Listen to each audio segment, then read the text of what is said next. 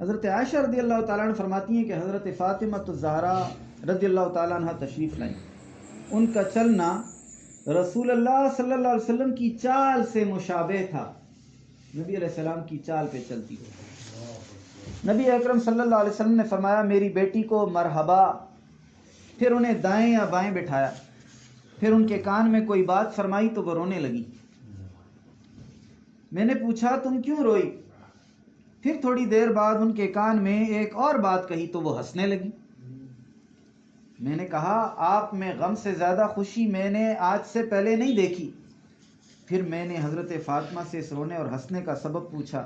انہوں نے صاف کہہ دیا کہ میں رسول اللہ صلی اللہ علیہ وسلم کا راز ظاہر نہیں کر سکتی.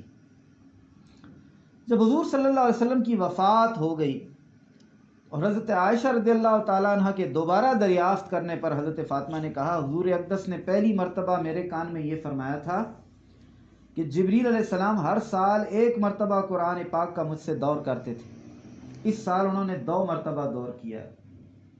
لگتا ہے میری وفات کا وقت قریب آ گیا ہے اور میرے گھر والوں میں سب سے پہلے تم وفات پا کر مجھ سے ملو گی. یہ سن کر میں فرط غم سے رو پڑی. پھر فرمایا کیا تم اس بات میں راضی نہیں کہ تم اہل جنت کی عورتوں کی سردار ہو؟ یہ سن کر میں ہنس پڑی. اس حدیث کو امام بخاری صاحب رحمۃ اللہ علیہ لے کر آئے. صحیح بخاری میں